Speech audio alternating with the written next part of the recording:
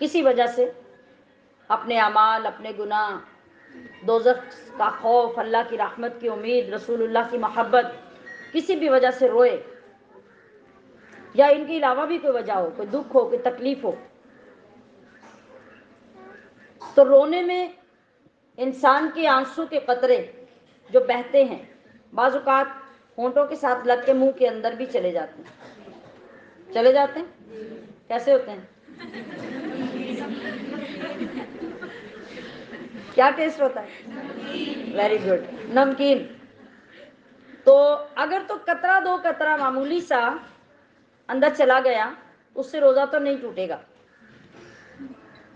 اس سے روزہ، لیکن وہ اتنے آنسو زیادہ اندر گئے کہ ان کی نمکینی پورے منہ میں پھیل گئی، ایک پورا ٹیسٹ آ گیا منہ میں، اب روزہ ٹوٹ جائے گا.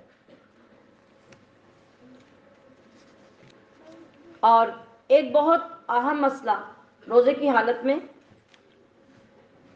بعض لوگوں کو بیماری کی وجہ سے، معدے کے پرابلم کی وجہ سے، کسی کھانے کی وجہ سے، یا اگر حاملہ عورت ہے تو حمل کی وجہ سے خواتین کو بعض اوقات وامٹ آتی ہے، الٹی آتی ہے،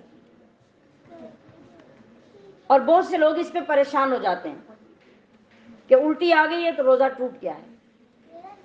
اس کی اقسام کو سمجھیے. ایک تو یہ کہ صرف پانی یا بلغم کی الٹی آتی ہے تو اس سے روزہ نہیں ٹوٹتا، یعنی بلکہ وضو نہیں ٹوٹتا، روزے کی تو میں آگے بات کرتی ہوں. اور اگر کھانا نکلتا ہے وامٹ اور قے میں، جو کھانا کھایا آپ نے وہ پورا باہر الٹی میں آ گیا، اب اس سے کیا ہے، وضو بھی ٹوٹ جائے گا، آپ کو وضو بھی دوبارہ کرنا ہوگا. رہی بات روزے کی، تو روزے کے لیے حکم یہ ہوگا کہ روزے میں خود بخود اگر وامٹ آ گئی، وہ بہت زیادہ بھی آئی، کتنی زیادہ آئی کہ پوری جگہ بھر گئی، اس سے روزہ نہیں ٹوٹے گا. آپ نے اس کے اندر کوئی عمل نہیں کیا، الٹی لانے کی کوشش نہیں کی، خود بخود اچانک سے الٹی اتنی زور سے آئی کہ آپ روک نہیں سکتے. اس کو کہتے ہیں منہ بھر قے. شرعی اصطلاح میں منہ بھر قے وہ ہوتی ہے، وہ نہیں کہ بہت ساری ہو، منہ بھر قے کہ وہ بے ساختہ جو آتی ہے، یعنی اس کو روکا نہیں جا سکتا. جیسے ہوتا ہے نا کہ آپ کو وامٹ آ رہی ہے، آپ کا دل خراب ہو رہا ہے، آپ اٹھ کے واک کرتے ہیں، کوئی نمک کھاتے ہیں، کوئی کچھ کرتے ہیں، ٹھنڈی ہوا میں جاتے ہیں، سانسیں لیتے ہیں تو وامٹ رک جاتی ہے. لیکن منہ بھر قے وہ ہوتی ہے کہ کچھ بھی کر لیں وہ اچانک سے آتی ہے اور پوری باہر نکل جاتی ہے، اس سے روزہ نہیں ٹوٹتا. اور اگر جو قے آئی ہے وہ منہ بھر ہے، قے کے اندر کھانا ہے، یہ کڑوا پانی ہے یا خون ہے، اس صورت میں روزہ ٹوٹ جائے گا. اور اگر قے میں صرف بلغم ہے، ریشہ وغیرہ نکلتا ہے، اس سے روزہ نہیں ٹوٹے گا. اور کسی نے قے کرنے کی کوشش کی، کچھ لوگوں کو یہ عادت ہوتی ہے، معدہ خراب ہوا اور گلے میں درد ہوا، کچھ ہوا، پرابلم ہوا، پرانے لوگ بھی اسی طرح کرتے کہ منہ کے اندر انگلی ڈالتے، حکیم بھی ایسے کرتے، منہ کے اندر انگلی ڈالتے، قے آ جاتی اور تکلیف دہ چیز باہر نکل جاتی. یہ کیا ہے؟ یہ قصدن قے ہے. قصدن قے بندے نے کی اور تھوڑی سی قے آئی، معمولی سی، اب بھی روزہ نہیں ٹوٹا. اور اگر قے تھوڑی یا زیادہ کوئی بھی آئی، کبھی کبھی ایسا ہوتا ہے کہ ایک دم سے زور اندر سے لگتا ہے معدے کا، قے باہر نکلتی ہے، مگر اچانک سے کچھ حصہ قے کا واپس لوٹ جاتا ہے. جب یہ سچویشن ہوگی کہ تھوڑی سی قے بھی آپ کی واپس لوٹ جائے تو آپ کا روزہ ٹوٹ جائے گا. جتنی قے تھی وہ باہر نکل گئی، واپس کچھ نہیں پلٹا، اب روزہ نہیں ٹوٹا.